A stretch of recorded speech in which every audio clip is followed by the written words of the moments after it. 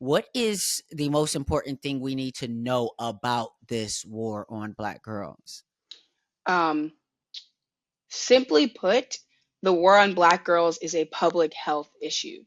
Um, that's as simply put as I think I can describe it. To me, what we look at and see in Black women, what we see happening to Black women and girls through sort of our legal and political like acts of domination against us, whether that is the affirmative action case, whether that is Obergefell v. Hodges, whether that is the student loan Supreme Court decision, and all the decisions that we have coming up, we will see and have seen time and time again that if we don't take a bottom up approach to oppression, if we don't look at the people who have been historically marginalized the most, we will never be able to get to their point. We have to start at the bottom and look at the people who have experienced the roots and the not the greatest horrors, but have experienced such a continued horrors, Mhm. continually unacknowledged horrors, Mhm, and start with mhm. those people and be continue to, and then develop our policy, our transformation, our new infrastructures with their needs. Because if we get their needs, we get everybody's needs.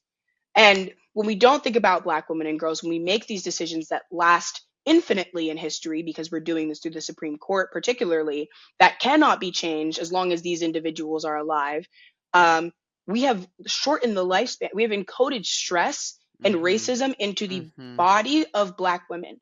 I Oof. feel as though I wake up every day feeling different than how I used to than how I used to feel before the pandemic, or how I used to feel before 2016. That Absolutely. there is a stress, a cortisol level within our Mhm. community that takes itself out in substance use and abuse, through sexual health and activity, through eating and eating and obesity rates and access to healthy food, through exercise.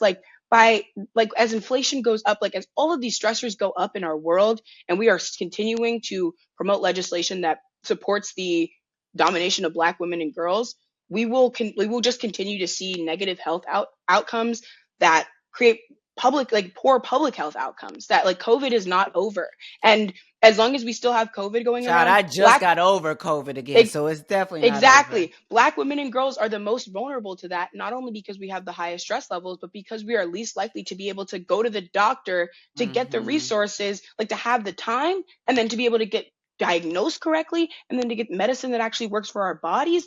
We are least likely, least likely, least likely, over and over again.